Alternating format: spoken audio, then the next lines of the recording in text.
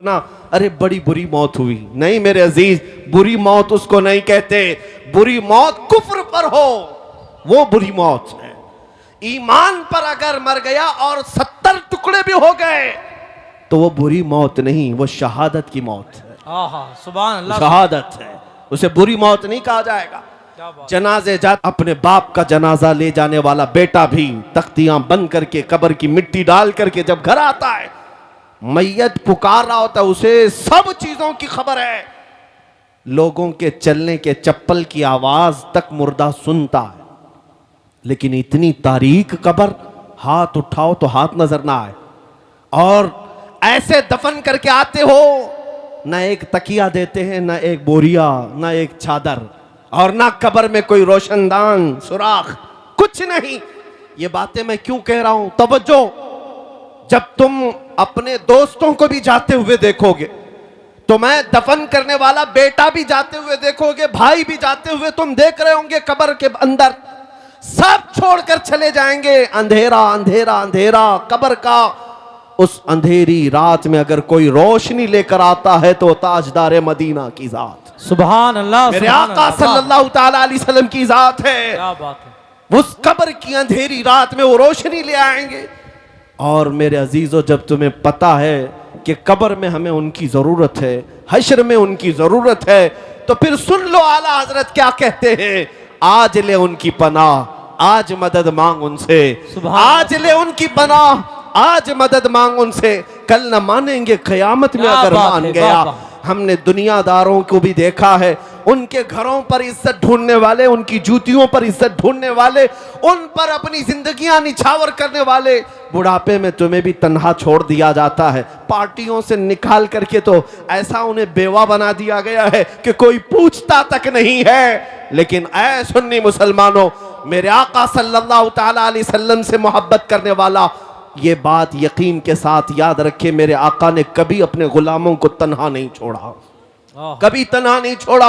अबुल्लैस Samarqandi रहमतुल्लाह अलैह फरमाते, एक वाकया लिखते, मक्का मुकर्रमा में एक शख्स का इंतकाल हो गया था, और जैसे ही वो इंतकाल कर गया उसका चेहरा जानवर की तरह बन गया।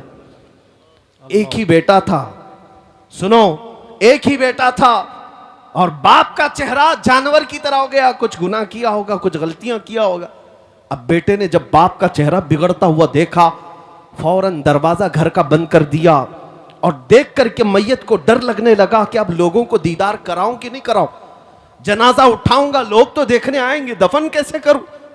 घर की औरतों को सबको समझा बुझाकर बिठा दिया और कहा, अब मैं ऐलान नहीं करूंगा, बाहर दफन करने नहीं ले जाऊंगा, घर के अंदर ही गड़ा खोद कर अपने बाप को यहीं दफन कर देता हूं, ताकि किसी को पता ही ना चले, वरना बेइज्जती हो जाएगी, बड़ी जिल्लत उठानी पड़ेगी।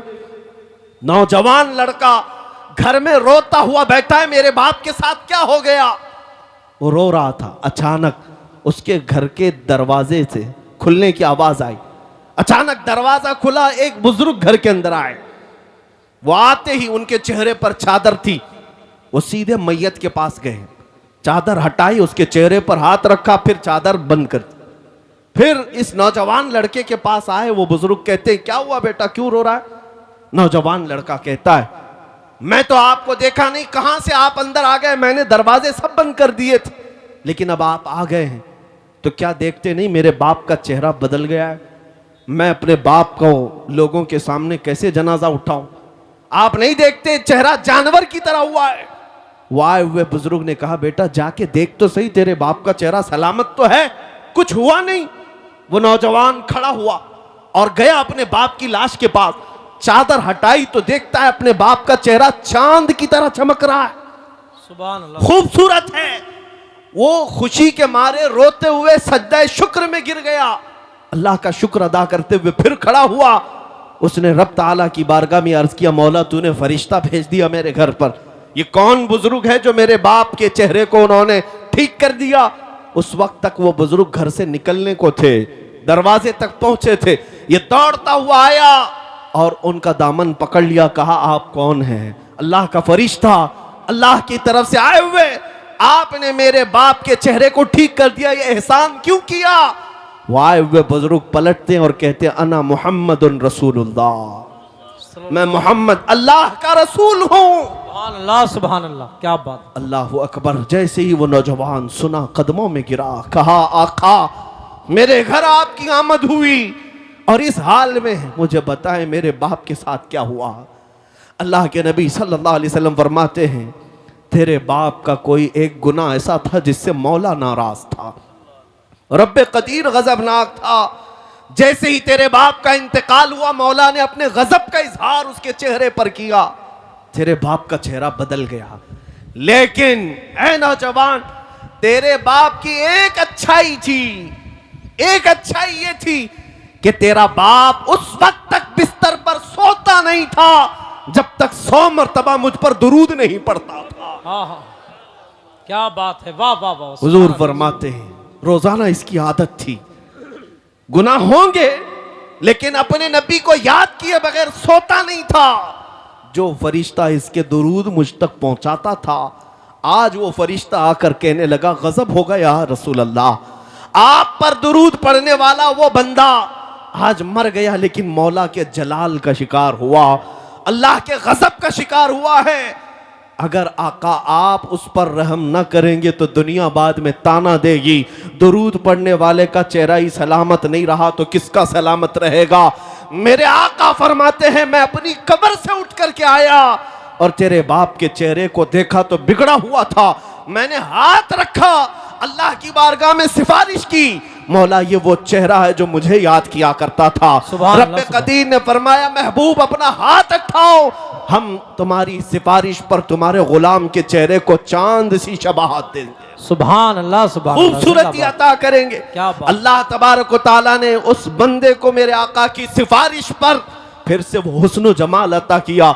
मैं ये बात जब पढ़ता हूं आंखें भीग जाती हैं, इसीलिए फिर बरेली के इमाम की बात याद आती है, जो ना भूला हम गरीबों को रजा, जो ना भूला हम गरीबों को रजा, याद उसकी अपनी आदत कीजिए। ऐ मुसलमानों, में आज फिर से तुम्हें करीब ला करके कहता हूं इधर उधर मत देखो। अगर तुम्हारे दर्दों को कोई आज समझने वाला है, तुम्हारे गमों को और तुम्हारे गम की दास्तान को कोई अगर सुनने वाला है तो वो मेरे आका की जात है, वो ताजदार मदीना की जात है। दुनिया तुम्हारे गमों पर हाथ नहीं रखती, ये तुम्हारा मजाक उड़ाती है। तुम जिसके पास जाकर के शिकायत करते हो हमारा ये हाल हो गया, हमारा वो हाल हो गया, हमने देखा है कि ये दुनियादारों ने हमेशा हमारा मजाक उड़ाया है। तुम्हारे हाथ में 2 चॉकलेट दे देंगे, तुम्हारे हाथ में कोई चीज थमा करके भेज देंगे, लेकिन तुम्हारे दर्दों का मुदावा करने वाला कोई नहीं। अगर कोई है सच्ची मोहब्बत तुमसे करने वाला, वो आमिना का लाल है, वो मेरे मुस्तफा की जात है। इसीलिए मैं कहता हूं जो कब्र में जाकर के भी मेरे आका हम गुनहगारों को याद करते रहे, मेराज के सफर में पहुंचकर अपने रब्बे करीम की बारगाह में हम गुनहगारों की सिफारिश करते रहे, क्या तुम्हें यह जेब नहीं देता कि आज रसूल पाक सल्लल्लाहु अलैहि वसल्लम के लिए अपनी जिंदगियां वक्फ कर दो, अपने शब रोज वक्फ कर दो। जो न भूला हम गरीबों को रजा, याद उसकी अपनी आदत कीजिए। अब मैं अपनी गुफ्तगू को समेटते हुए एक बात जरूर कहूंगा, मैं तुम्हारे जज्बात को बेदार करने के लिए आया हूं। अगर किसी के अंदर बुज़दिली है, खौफ है तो निकालो। अब बकिया जिंदगी की हर सांस हम नबी पाक की मोहब्बत के लिए वक्फ करेंगे इंशाअल्लाह। हुजूर के लिए जिएंगे, हुजूर के लिए मरेंगे। बरेली से करीब रहते हो, बल्कि तुम्हारा जिला बरेली है, सुभान अल्लाह, तुम्हारा जिला बरेली है और तुम्हारी किस्मत पर पूरी दुनिया रश करती है। हम तो बहुत दूर हिंदुस्तान के साउथ से ताल्लुक रखते हैं, हमारा आबाई वतन कर्नाटका है, लेकिन मिस्र में जाएं, मदीने में जाएं, लोग हमको बरेली से पहचानते हैं। क्या बात है, वाह वाह। क्यों? अब तुम्हारा हक ज्यादा है। बरेली के रहने वाले, बरेली के इमाम के करीब रहने वाले, इस नसीहत को याद रखो, उस बरेली के इमाम ने अपनी मोहब्बत तुम्हारे सीनों में नहीं डाली, पूरी जिंदगी भर कलम चलाया है तो मेरे मुस्तफा की मोहब्बत तुम्हारे सीनों में डाली। नारे तकबीर, इसीलिए नारे रिसालत, इश्क मोहब्बत, इश्क मोहब्बत।